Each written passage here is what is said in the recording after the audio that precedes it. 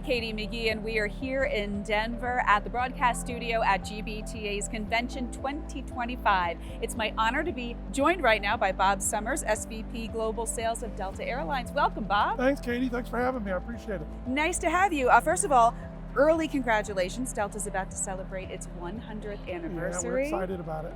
That is fantastic. Now, how has the sales team evolved over the years to adapt to changing market dynamics and customer expectations? Yeah, and it's a great question, and we're thrilled to be the first U.S. carrier to reach 100. We've been celebrating for 7 months.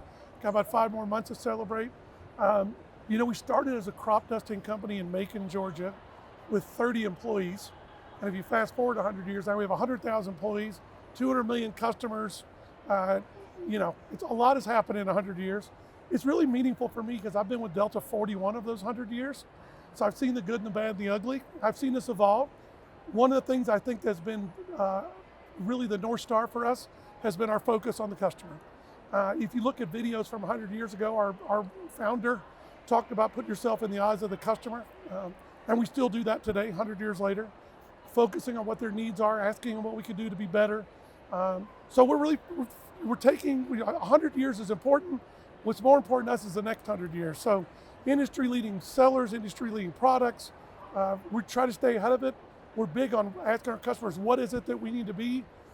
We believe 100 years ago and today, take care of your employees. They'll take care of your customers. Your customers will reward your shareholders, and the shareholders will reward the company. So that's been kind of our mantra for 100 years. And we basically want to leverage that and continue with that. And doing a bunch of things in the industry, too much to mention. But try to be industry leading, try to be ahead of the game, and try to continue to lead this industry, which we're very proud of. Well, and as Delta business continues to evolve, how is the company redefining corporate travel to really meet the needs of the customers? Yeah, so I think the one thing is we have got to understand, so our commitment in this seat 2 years ago was an interesting time. Some of our competitors were taking a different tack, different vision for managed travel, business travel. The importance and prioritization of business travel, whether you're a corporate travel manager or an agency, we said back then, we are committed to this ecosystem. We have never wavered. We have been there for our corporates and our agencies. We continue to be.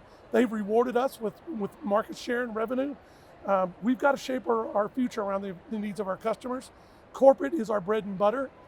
During COVID, when we didn't have corporate, we saw our kind of business mix change dramatically to more of a high-end leisure product. Which still remains very, very important, but corporate's coming back and the high-end leisure of corporate is starting to come back. So that's where a lot of our investments have been in the products, talking to our customers. We have a corny saying we started 15 years ago, listen, act, listen, which has been our mantra. Listen to your customer, they'll tell you what you need to be doing, and then ask and listen again. So we've been focused on that. Things like our customers will know, unused tickets were always a big issue. So what do I do with the value of unused tickets? Well, we came up with a program, we can give them credit for that. And how do I find a laptop when it's lost in the seat back of a plane? So now we have this team, I call it the Geek Squad, but it's the Delta Squad. They're the ones you call that can get anything done for a corporate travel manager. They call us like, I have a problem, here it is. Their job is to solve that problem. So those are the kinds of things we just announced in the last 60 days or so. And we're going to continue to work on what's the next big first that we can work on. And I love that as you celebrate 100 years, you're still looking ahead, still looking to what's next. And as the summer travel demand rises, how is Delta ensuring network reliability, operational excellence, and a safe, and a word we've heard a lot lately, seamless travel experience for passengers, while also continuing your award-winning service? Yeah, so to us, the most important thing is safety. Safety is number one. It's everything we do. Without safety, without your customers having a reliability and trusting of your safety, and by the way, we don't compete on safety. We don't compete with any other carrier. We don't compete with any of our partners. We're all in this. That's one thing, only one thing that we don't compete on. So safety is priority number one. Always has been for 100 years. I think network, as we continue to grow our network, obviously we have to watch what's going on in the marketplace. We're not like hotels where we can move our airplanes can be moved around fairly quickly. So we're listening again to your customers. Where is the growth going to be? Where, in some cases, there are certain industries are not recovering as quickly. The tariffs and the economic uncertainty have affected all of our carriers, and our companies. We're watching that, making sure we're on top of that for the most part. But to be honest with you, on the growth side, we have the largest transatlantic summer schedule in the history of our 100 years, 75 more destinations. We announced 2 more last week to Seattle, LA, Hong Kong, LA, Chicago, Boston, Barcelona, Boston, Rome. So we're continuing to grow while we wait for some of the economic uncertainty. Mostly it's domestic, and it's companies that are just trying to understand what the world's looking like. Certainly the tariffs have had an impact on it. So key highlights, as we talked about that, I think from an operational reliability, to me that's the most important thing we can do. We have led the industry in the DOT metrics for years and quarters. We're number 1 right now as we sit here.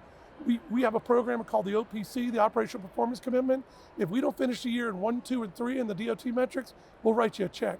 So that's been in place for 11 years, and we've never written a check. So over and above that, I think one of the things we started doing during COVID, we're investing in the customer, investing in our employees.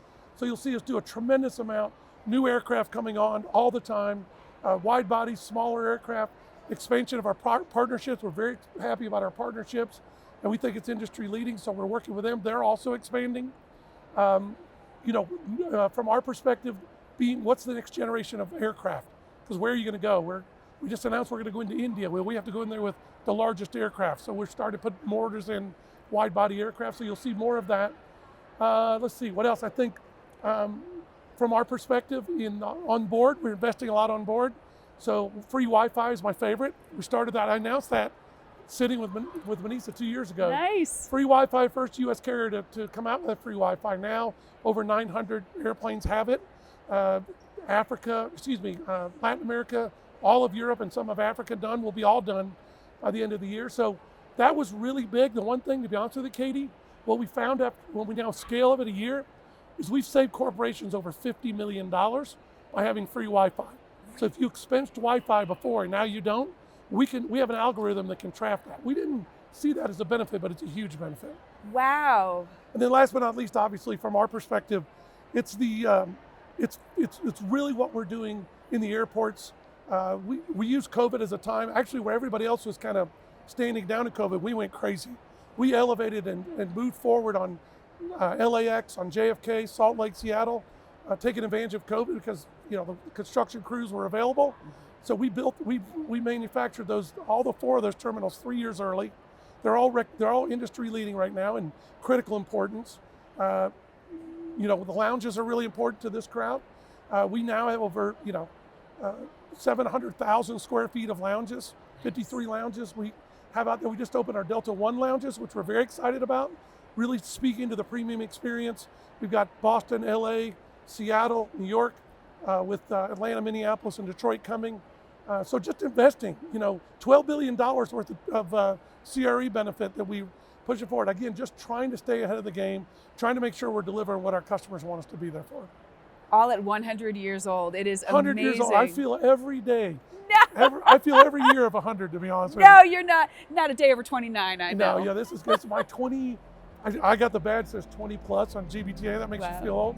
But I remember coming here as a young sales rep in awe, and I'm still in awe. It's a wonderful event. We're thrilled to be here. We're thrilled to meet our customers and tell the Delta story. Absolutely. We love hearing it, and we love watching Delta continue to evolve. Bob, what an absolute pleasure. Thanks you so much for stopping by. Thank you for your business. And thank you for joining us. My name is Katie McGee. We are here in Denver at the broadcast studio here at GBTA Convention 2025. Thank you for watching.